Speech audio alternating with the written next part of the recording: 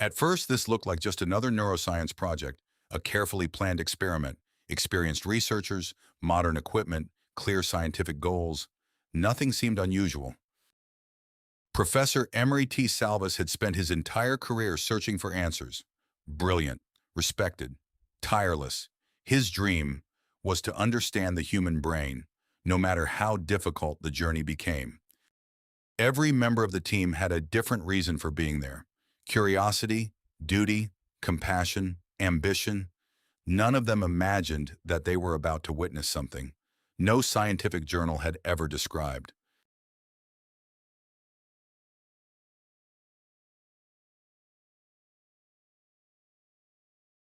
Ben loved science, but he loved living creatures even more. He believed the two should never become enemies.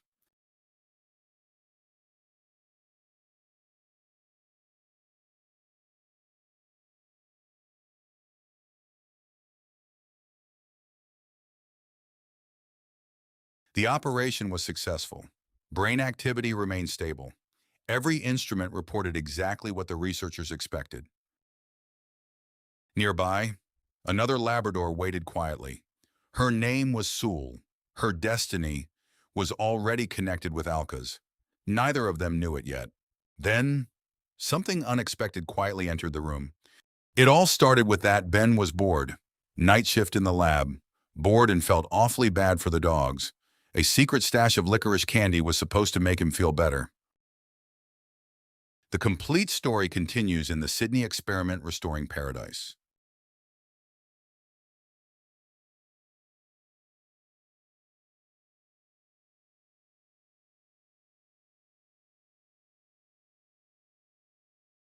Scenes from the novel, inspired by the novel, The Sydney Experiment, Restoring Paradise.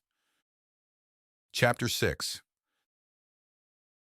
The next 2 days were quiet and uneventful. The professor called to say he was sick due to a minor accident, and on Thursday, Ben arrived early. As soon as he opened the DOS window, a message appeared on the screen from Alka. Ben typed, "Who are you? I don't know any Alka." "I am the dog. Your prof called V1. Tia, it is very funny, but stop kidding. Do you see me wagging my tail right now?" Ben almost fell from the chair as looking at V1, who started to wag his tail immensely. "But how do you do it?" "Ben, I am not sure yet what the LIQ did to us, but we became intelligent. Both Sewell, also known as V2, and myself.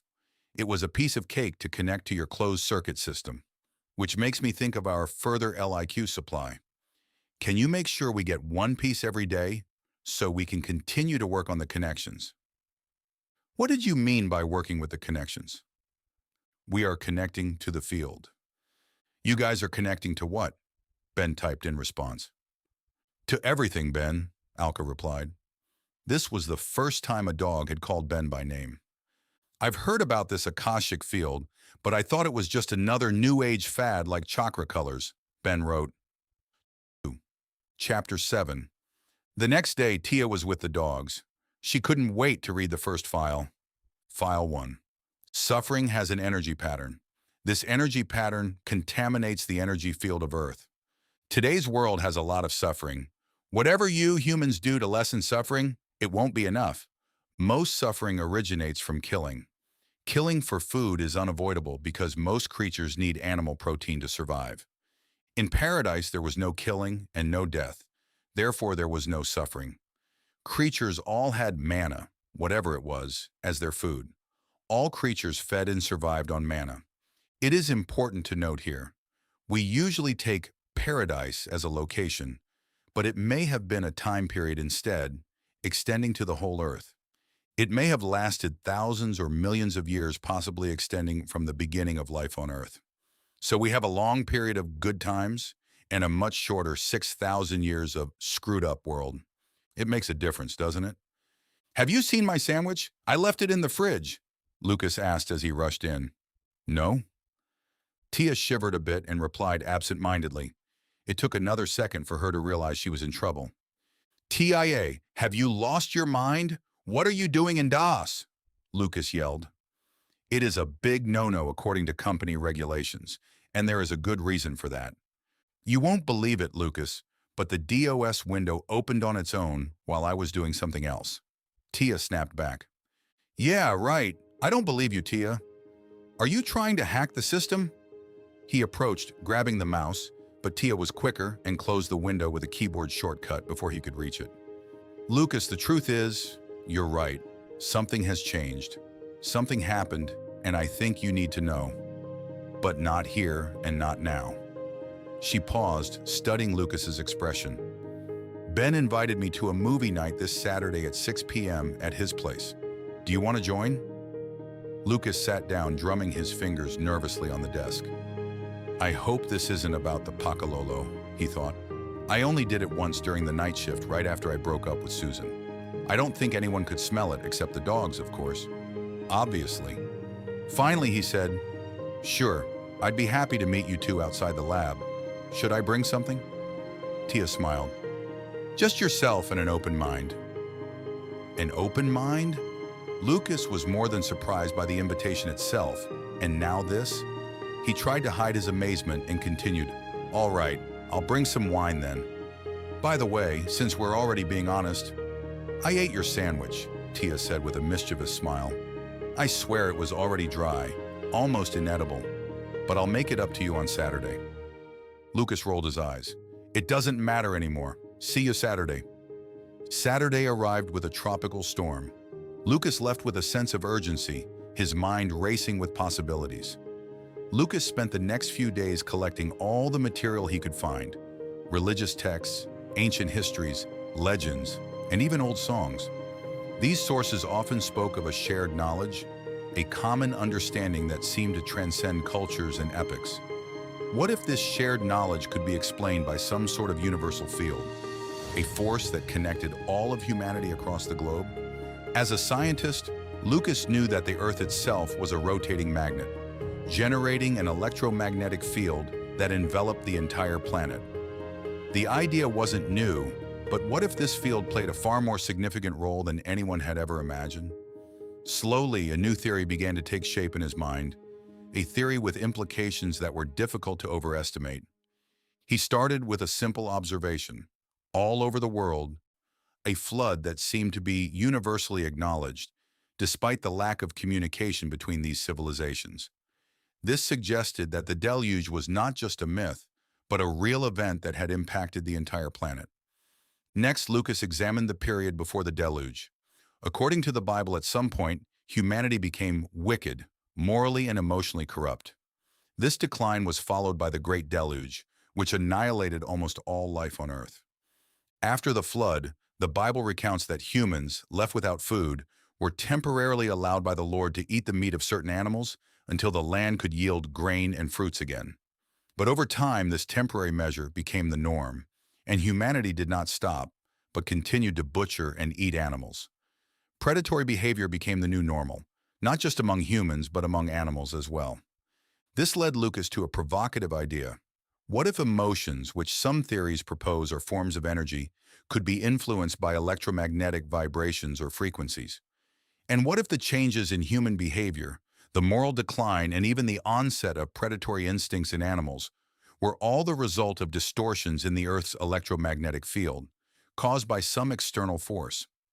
The more he thought about it, the more the pieces seemed to fit together. Could it be that the very nature of life on Earth had been altered by a disruption in this field? And if so, what could be done to restore it? Chapter 9. Thomas Wiley was a young man with a Navy baseball hat and eyeglasses. He was 6 feet tall and about 200 pounds. He liked this job in the mornings when he was in charge of V1 and V2. He wanted to be a vet, and the occasional walks paved his way to be a student at this university one day. They too had animals at home, and just as his father, he was of the opinion that it is a mistake to humanize animal behavior. They had no emotions or morals. They needed good care, but also needed to show sometimes who was boss to ensure their obedience. He let the 2 dogs sniff around for a few minutes, then waited till they were doing their thing and picked the scat up. When he was about to tie a knot to close the bag, a lot of things happened suddenly at the same time. A large golden-green dung bug approached his eyeglasses with a horrible buzz. He always hated these bugs, and the buzz induced some deep-rooted fear in his veins. Tom waved his left hand frantically, while the unclosed bag occupied his right hand, leaving the two leashes loose. The two dogs applied two simultaneous intense jerks on the leashes, and they both took off with an unimaginable speed. Somehow in that moment, Tom felt that tying the knot on the poop bag was the most urgent thing to do. He wanted to call V1 and V2 back by name, but realized they have never been trained to listen to them. In fact, the job description did not allow any emotional bonding between the caregiving personnel and the test animals, as it would make observing their behavior changes questionable. So he just started to run after them, although he knew that sprinting was not his forte. They disappeared before he could reach the corner. Maybe they went to the park nearby. He turned back to report the event and get someone with a vehicle to search for them. Alka was almost stuck on the rolling door. The darn leash caught something there, but with some help from Sewell, she got in safely. They both lay on the floor away from the open door, knowing that the van would start off immediately. They remained like that in the next hour, but Lucas reached them with thought-talking, making sure everything went as planned. Soon the car turned right and crossed an iron gate. Laura stopped the van, closed the gate, climbed on the back to check on the dogs. A journey like that must have been quite unnerving for them after living in the cage since early puppyhood, she thought. She gave them their daily lick while caressing both animals gently and with reassuring words in her deep, slightly rusty voice. They answered her with tail wagging and gentle words of gratitude by thought-talking, calling her Lara Mama. After a few tries, Lara too got the hang of thought-speaking and replied to them back the same way. The next day, Tia and Ben were attending the monthly company dinner. They announced their engagement, adding that the wedding was just 2 weeks away. To support the reason for urgency, she wore a towel around her waist under her clothing. They requested a special leave for the honeymoon they planned to spend on the island of Tonga. Chapter 10. Lucas gets himself fired. Lucas took some of his best-smelling Pakalolo reserves to work and smoked some before the start of the workday. By the time Professor Salvis arrived fresh from sick leave, accompanied by 2 representatives from the headquarters to investigate the disappearance of dogs, a thick layer of weed smoke was sitting in the hallway. It was impossible to ignore, especially as it was coming straight from the lab, where they had to go to. The investigation was conducted in a good mood. Professor Salvis dropped his glasses upon entering. Lucas kindly picked them up, but for some reason he dropped them again, causing everyone to laugh irresistibly for minutes. Lucas then read aloud Thomas Winley's written report. The mention of the dung beetle and the open poop bag caused a long wave of laughter again. Eventually, a protocol was drawn up on the basis of the report, stating that the incident was caused by an unfortunate accident, and a search for the animals was in order with the help of a specialized team of the City of Sydney Animal Rescuers. When the investigators left, Salvis called Lucas to his desk. I'm sure you're aware that corporate policy prohibits the use of all mood-altering drugs during working hours. Will you wait for the disciplinary action to take place, or would you prefer to file your resignation now? He said grimly. I'm sorry, Professor. I know I shouldn't do it, but the disappearance of the animals really upset me. I'm not saying it as an excuse, because I know there's no excuse. I'm filing my resignation by noon today.